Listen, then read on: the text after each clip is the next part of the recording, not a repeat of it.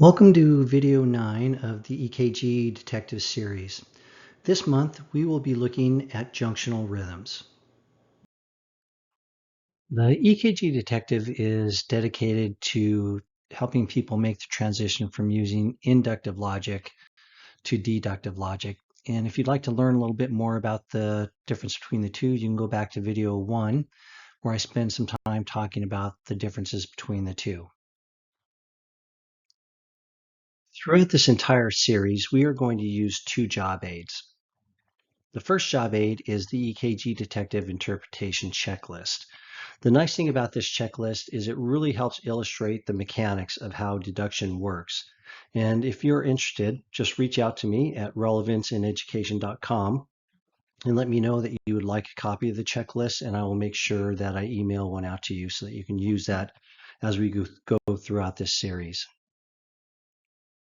The second job aid that we are going to be using throughout this entire series is the EKG Detective phone app. It is available at the Apple Store and the Google Play Store. All you need to do is keyword search EKG Detective, and it will take you to where you can download a copy of the app. It's something that's not required, but it is a little bit easier to use in the aspect that it will more directly walk you through the process of deduction than the checklist will, but you by no means need to have a copy downloaded to work through this series. So the biggest question to ask is who can benefit from using EKG Detective? And the answer to that is anybody who is struggling with an ECG interpretation. The nice thing about this process is it allows you to focus on the waveforms and the things that you can see in the ECG, and you don't have to spend as much time focusing on the criteria within an ECG. Junctional rhythms are associated with the atrioventricular node, or the AV node, or the bundle of His. As a side note, when we combine the AV node and the bundle of His, it is referred to as the AV junction. So as mentioned in previous videos, all normal rhythms are going to originate somewhere within the SA node. For junctional rhythms, these rhythms are going to originate somewhere within the AV junction. So when we first open up the app, it's going to ask us the same question that it always does. Is the rhythm regular or irregular? And in this specific circumstance, junctional rhythms come in three basic flavors, and we'll be talking about these as we move through this video. But all of our junctional rhythms are going to be regular. So we are going to go to the app and select regular, and then we will hit next to go to the next screen.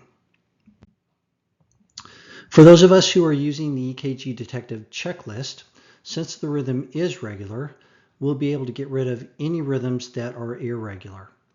And we can also get rid of ectopic beats because ectopic beats actually are beats that create irregularity, and since we have a regular rhythm, we can get rid of all of those rhythms from the checklist. The next question that the app is going to ask us is the rate. And as I mentioned, junctional rhythms are going to come in three basic interpretations, and that in some aspects is going to be determined by the rate. There are actually two criteria that we're going to need to combine together. But for a junctional rhythm, the rate's going to be 59 beats or less. For an accelerated junctional rhythm, the rate is going to be between 60 and 99. And then for any other junctional rhythm that is a tachycardia, 100 beats or more, we're going to refer to that as a tachycardia. So depending on the junctional rhythm and the rate, that'll help us narrow down what we would ultimately need to be narrowing down in the checklist. The next question that the app is going to ask us is, are there P waves? And depending on where the junctional rhythm's originating from, they can be located in one of three locations. So P waves can be located immediately before the QRS complex. They can also be hidden in the QRS complex, and P waves can actually occur after the QRS complex. So depending on where the P wave is actually located, that will dictate how we would answer this specific question within the app. So as mentioned, junctional rhythms are going to originate somewhere within the AV junction. And by originating the AV junction, what happens is the atria are actually going to depolarize from the bottom up instead of going from the SA node down to the AV junction. And what this creates is it's going to create P waves that are typically going to be inverted. And as a side note, these inverted P waves are referred to as retrograde P waves. P waves may not always be retrograde with junctional rhythms, but typically if you have inverted P waves, especially in the leads where P waves should be upright, that's going to be your first clue that we're dealing with a junctional rhythm. The fourth question is going to ask if the P waves appear to be sawtooth and or flutter waves. And as we look at all of our examples of our junctional rhythms, we do not have any flutter waves. So we will go to the app, we will select no, and then we will hit next to go to the next screen. For those of you who are using the checklist, since there are no flutter waves, that means we can get rid of atrial flutter because atrial flutter presents with those flutter waves. The next question that the app is going to ask is, are there more than one P wave for every Q or S? And looking at our examples of junctional rhythms, the two that we can see P waves, there are not going to be any extra P waves. So we will go to the app, we will select no, and then we will hit next to go to the next screen. And if you're using the checklist, since we don't have extra P waves, we can get rid of the rhythms that either don't have P waves, like our ventricular rhythms, or we can get rid of our secondary type 2, third degree heart block, and distal third degree heart block because those beats or those rhythms actually have extra P waves. Question 6 is going to ask if we have 3 or more different shaped P waves in the ECG. And looking at our examples where we can see P waves, all of the P waves are pretty consistent. So we will select no within our app, and then we'll hit next to go to the next screen.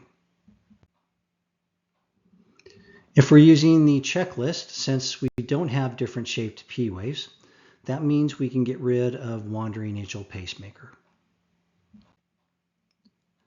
Question 7 is going to ask us where the P waves are located.